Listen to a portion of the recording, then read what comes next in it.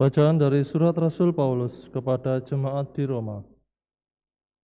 Saudara-saudara, janganlah berutang sesuatu kepada siapapun, tetapi hendaklah kamu saling mengasihi. Sebab barang siapa mengasihi sesamanya manusia, ia sudah memenuhi hukum Taurat. Karena firman berikut ini, jangan berzinah, jangan membunuh, jangan mencuri, jangan mengingini, serta segala firman lain manapun juga sudah tersimpul dalam firman ini. Kasihilah sesamamu manusia seperti dirimu sendiri. Kasih tidak berbuat jahat terhadap sesama manusia. Karena itu, kasih itu kegenapan hukum Taurat.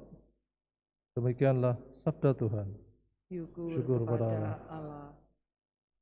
Orang baik menaruh belas kasihan dan memberi pinjaman. Orang baik menaruh belas kasihan dan memberi pinjaman. Berbahagialah orang yang takwa pada Tuhan, yang sangat suka kepada segala perintahnya. Anak cucunya akan perkasa di bumi. Keturunan orang benar akan diberkati. Orang baik menaruh belas kasihan dan memberi pinjaman. Bagi orang benar, ia bercahaya laksana lampu di dalam gelap. Ia pengasih dan penyayang, serta berlaku adil. Orang baik menaruh belas kasihan dan memberi pinjaman. Ia melakukan segala urusan dengan semestinya. Orang baik menaruh belas kasihan dan memberi pinjaman. Ia murah hati, orang miskin diberinya derma. Kebajikannya tetap untuk selama-lamanya. Tanduknya meninggi dalam kemuliaan. Orang baik menaruh belas kasihan dan memberi pinjaman. Haleluya, haleluya,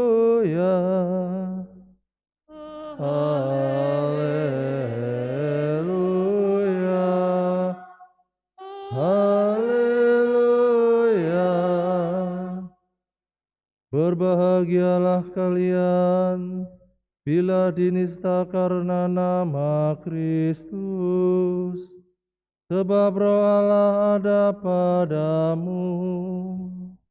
Haleluya,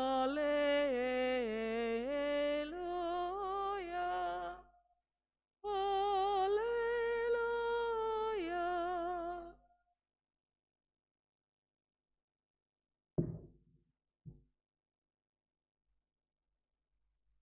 Tuhan bersamamu. Dan bersama rohmu. Inilah Injil suci menurut Lukas. Dimuliakanlah Tuhan.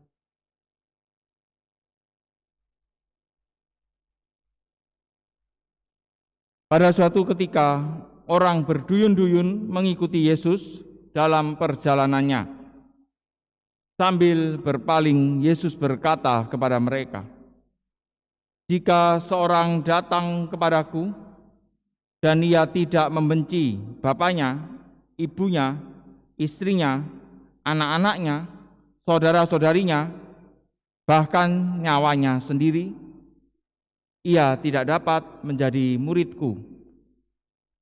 Barang siapa tidak memanggul salibnya dan mengikuti aku, ia tidak dapat menjadi muridku.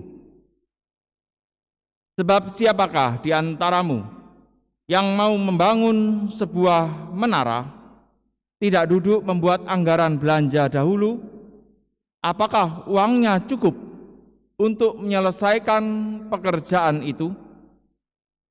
Jangan-jangan sesudah meletakkan dasar ia tidak dapat menyelesaikannya. Lalu semua orang yang melihat itu akan mengejek dengan berkata, 'Orang itu mulai membangun tetapi tidak dapat menyelesaikan.'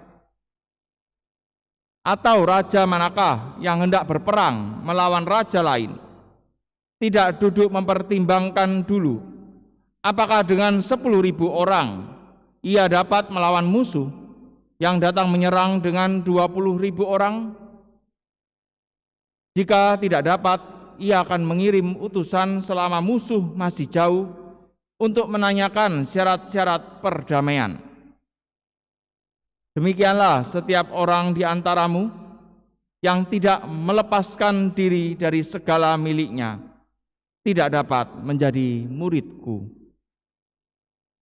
Demikianlah sabda Tuhan. Terpujilah Kristus.